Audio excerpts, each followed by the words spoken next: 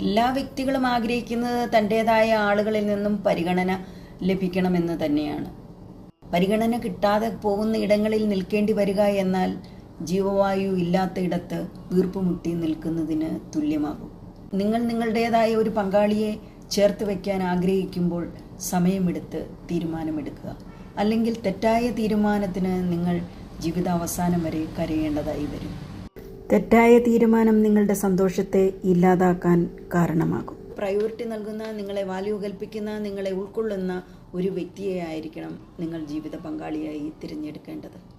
ഏതൊരു റിലേഷൻഷിപ്പിലാണെങ്കിലും നിങ്ങൾക്ക് അനുഭവിക്കാൻ കഴിയുന്നത് സന്തോഷമാണെങ്കിൽ അത് ജീവിതാവസാനം വരെ അത്തരം റിലേഷൻഷിപ്പ് നിലനിൽക്കും. നിങ്ങൾ സങ്കടപ്പെട്ടിരിക്കുമ്പോൾ, നിങ്ങൾ കരഞ്ഞിരിക്കുമ്പോൾ നിങ്ങളെ ചേർത്ത് പിടിച്ച് ആശ്വാസം പറയുന്നുണ്ടെങ്കിൽ തീർച്ചയായും നിങ്ങളുടെ മാനസികാരോഗ്യത്തിന് അവർ വില കൽപ്പിക്കുന്നുണ്ട് എന്ന് വേണം അനുമാനിക്കാൻ. അത്തരം റിലേഷൻഷിപ്പ് എക്കാലവും നിലനിൽക്കും. അതുകൊണ്ട് നന്നായി ആലോചിച്ച് തീരുമാനമെടുക്കുക.